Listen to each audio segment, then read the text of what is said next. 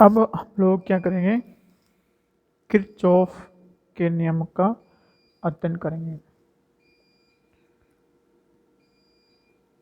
Kirchhoff के नियम, Kirchhoff के नियम।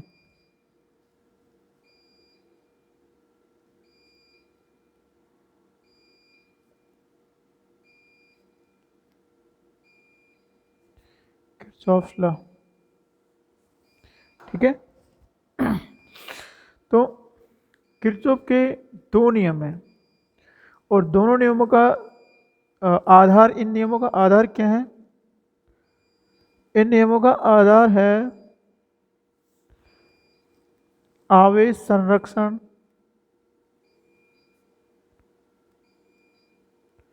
आवेश संरक्षण तथा ओम का नियम, ओम का नियम या ऊर्जा संरक्षण नियम, ठीक है। तो ये दोनों इस नियम के आधार है। इन नियमों के आधार पे नियम दिए गए हैं, या हम लोग ये नियम निकालेंगे तो उनसे निष्कर्ष निकलेगा कि एक नियम से तो पता चलेगा कि आवेश संरक्षण है के नियम के तुल्य है, और दूसरे नियम से पता चलेगा कि ये ओम के नियम के तुल्य है या फिर व्यापक रूप से ये ऊर्जा संरक्षण का नियम है, ठीक है। और ये दोनों नियम, दो नियम है किरचॉफ के। पहला नियम है, किरचॉफ के दोनों नियम है, दोनों नियम हमको जो जाल है उस जाल या विद्युत परिपथ इनका विश्लेषण करने के लिए ये दोनों नियम अत्यधिक उपयोगी और महत्वपूर्ण होते हैं, ठीक है।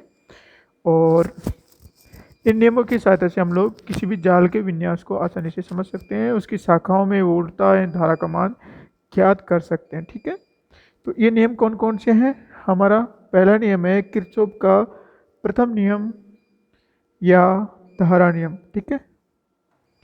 तो जो पहला नियम है हमारा वो है किरचॉफ का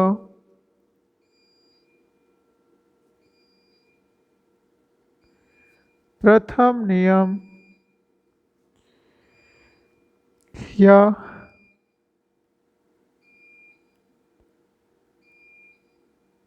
किरचॉफ का धारा नियम, ठीक है।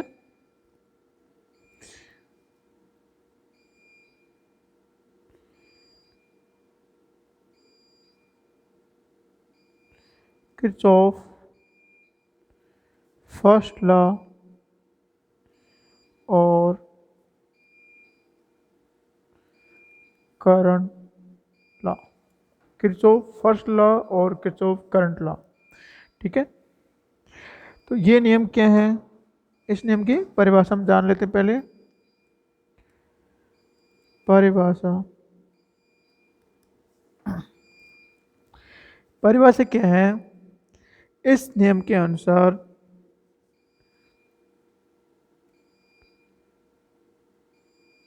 किरचॉफ के धारा नियम के अनुसार, किरचॉफ के धारा नियम के अनुसार किसी परिपथ या पास की संधि या नोड, किसी भी संधि या नोड पर कुल विद्युत, कुल विद्युत धाराओं का बीज गणितीय योग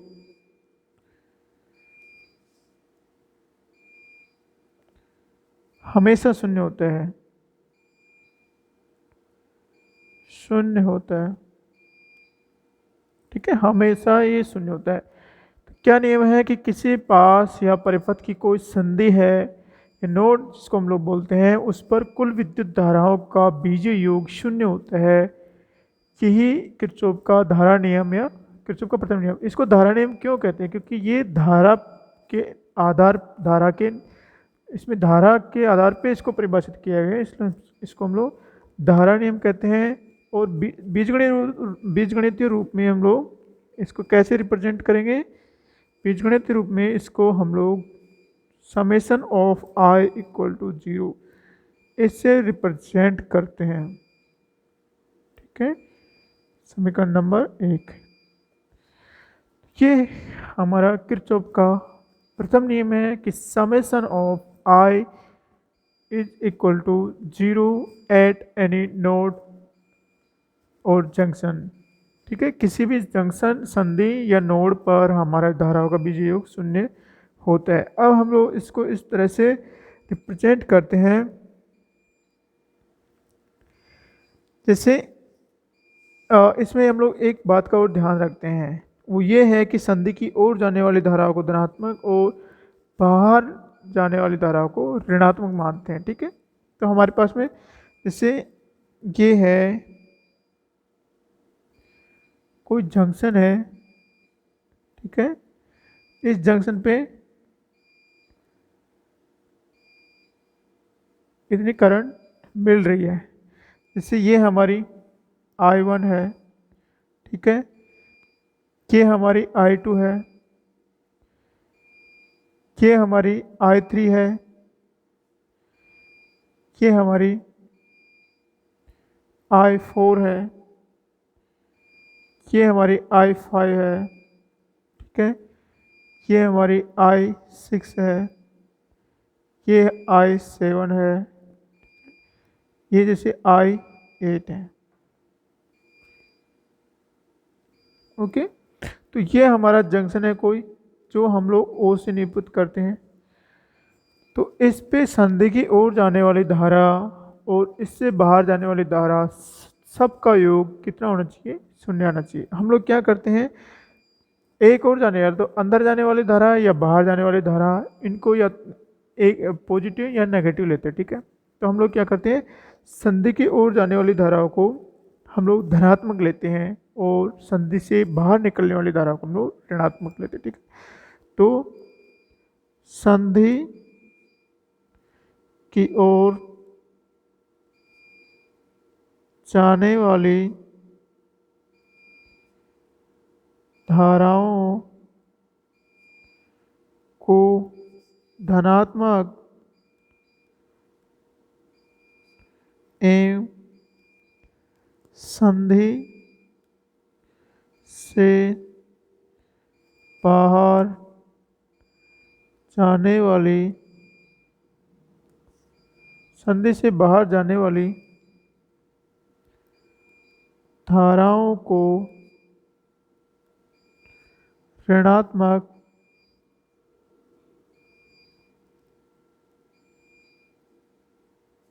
मानने पर, ठीक है, मानने पर या मानते हैं हम लोग, तो क्या क्या हो गया हमारे यहाँ पे, देखो कंसिडर करते हैं, संधि की ओर जाने वाली धारा हमारी I1 है,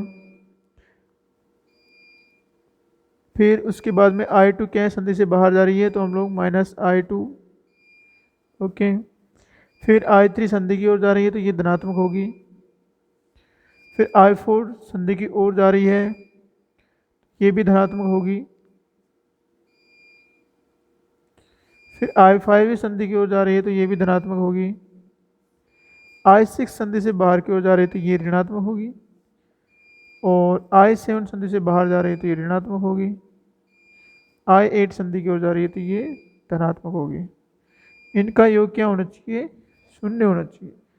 ठीक है, मानने पर यह हम मानते हैं। ठीक है, हम लोग क्या मानते हैं हमेशा कि संधि की ओर जाने वाली धाराएं धनात्मक है और संधि से बाहर जाने वाली धाराएं ऋणात्मक है, ऐसे मानते हैं हमेशा, क्योंकि संधि, ओके, सो हम लोग धनात्मक धाराओं को एक साथ और ऋणात्मक को एक साथ लेते हैं। I1, फिर है हमारी धनात्मक I3, फिर धनात्मक I4, I5 plus I8, I1, I3, I4, I5 और I8 ये धनात्मक है, minus I2 plus I6 plus I7 ये ऋणात्मक है। तो कुल धाराओं का योग कितना हो गया हमारा? समेशन ऑफ, इसका मतलब क्या हुआ? समेशन ऑफ जो I है वो 0 है, ये नियम से हमने लिया है, ठीक है। तो हम लोग ये देखते हैं कि संधि की ओर आने वाली धारा धनात्मक और बाहर जाने वाली धारा ऋणात्मक है। तो I1 संधि की ओर जा रही है, I3 संधि की ओर जा रही है, I4 भी संधि की ओर जा रही है, I5 भी संधि की ओर जा रही है और I8 भी संधि की ओर जा रही है। I2 हमारी संधि से बाहर निकल रही है, I6 हमारी संधि से बाहर निकल रही है और I7 भी संधि से बाहर निकल रही है, तो ये धारा ऋणात्मक है। इस तरह से हम लोग इनको कैसे निकलेंगे? या I1 plus I3 plus I4 plus I5 plus I8 equal to I2 plus I6 plus I7, ठीक है। ये हमारे पास निकल के आता है। इसका मतलब क्या है कि संधि की ओर जाने वाली धाराएं संधि से बाहर जाने वाली धाराओं के योग के बराबर होती है। अर्थात संधि की ओर जाने वाली धाराओं का योग संधि से बाहर जाने वाली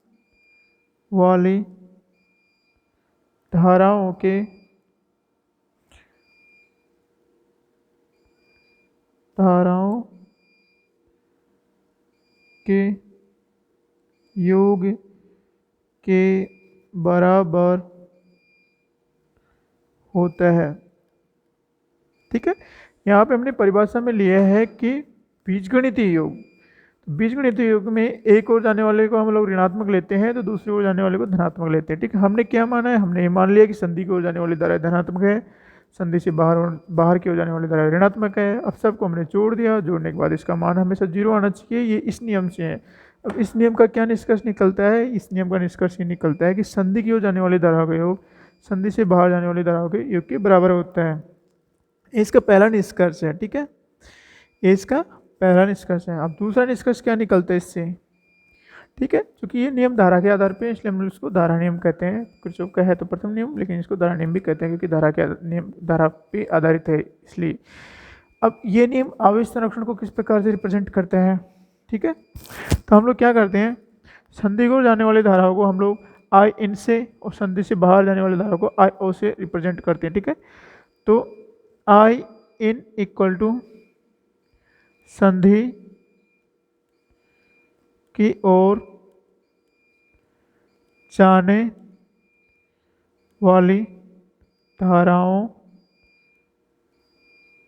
का योग, ये सिर्फ समझने के लिए है। और आई ओ जो कि हमारे पास क्या होगा, I1 plus I3 plus I4 plus I5 plus I8, ये होगा हमारा आई इन। संधि से बाहर जाने वाली धाराओं का योग, जो कि हमारे पास I2 I6 I7 है। ठीक है, ये हमारा संधि से बाहर की ओर जाने वाली धारा है। अब देखो धारा का मान क्या होता है, आवेश प्रवाह की तरह होता है। ठीक है, अगर संधि से बाहर की ओर जाने वाला जो आवेश है वो QO हो और संधि की ओर जाने वाला Q इन हो, ठीक है। संधि की ओर जाने वाला कुल आवेश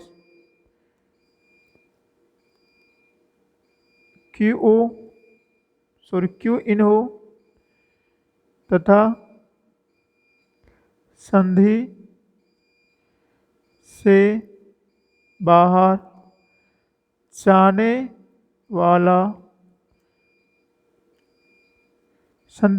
जाने वाला कुल आवेश क्या हो हमारा, क्यू ओ हो। तो क्या होगा हमारा Q in equal to I in equal to Q in divide by T,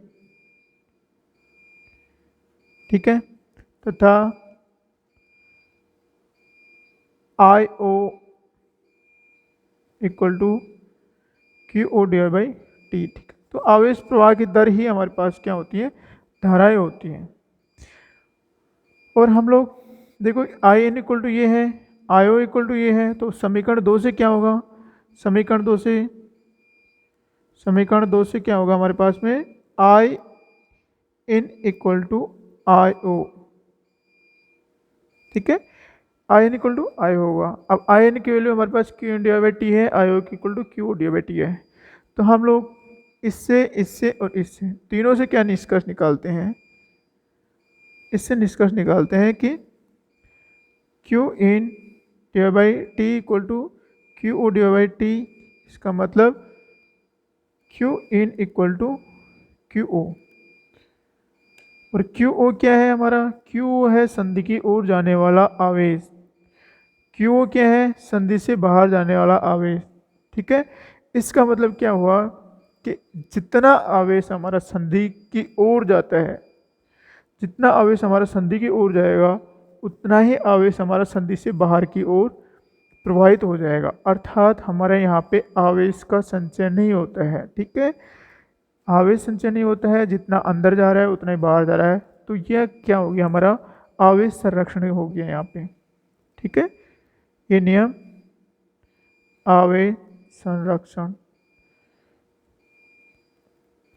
नियम, ठीक है। तो ये नियम आवेश संरक्षण के आधार पे हम लोग यहाँ से भी चले, यहाँ से चले और उल्टा चलते जाए तो हमारे पास में हमको ये नियम मिलेगा, ठीक है। तो ये नियम आवेश संरक्षण को निरूपित करता है, या हम कहें कि आवेश संरक्षण के आधार पर ये नियम डिफाइन किया गया है कि संधि की ओर जाने वाली धारा संधि से बाहर जाने वाली धाराओं के योग के बराबर होगी। और यह कहें कि संधि या नोड होता है उस पर कुल धाराओं का बीजीय योग हमेशा शून्य होता है। ये तो हमारा किरचॉफ का नियम है, और ये ध्यान रखना हमेशा। हमारी इच्छा है हम लोग उनको संधि की ओर जाने वाले को पॉजिटिव माने या नेगेटिव माने, तो हम लोग जनरली इसको संधि की ओर जाने वाली धाराओं को पॉजिटिव मानते हैं और संधि से बाहर जाने वाली धाराओं को नेगेटिव मानते हैं। तो हम लोग फिर उनका बीजगणित योग कर लेते हैं, ठीक है। इस प्रकार से उनका बीजगणित योग ये आता है। फिर उसका निष्कर्ष ये निकलता है कि संधि की ओर जाने वाली धारा संधि से बाहर जाने वाली धारा के बराबर होती है, किरचॉफ के नियम के से निष्कर्ष निकलते ही। और किरचॉफ के नियम से दूसरा निष्कर्ष ये निकलता है कि ये नियम आवेश संरक्षण को सेटिस्फाई करता है, ठीक है।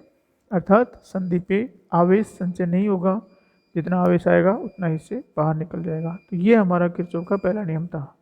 नेक्स्ट लेक्चर में हम लोग किरचॉफ का द्वितीय नियम पढ़ेंगे। Thank you.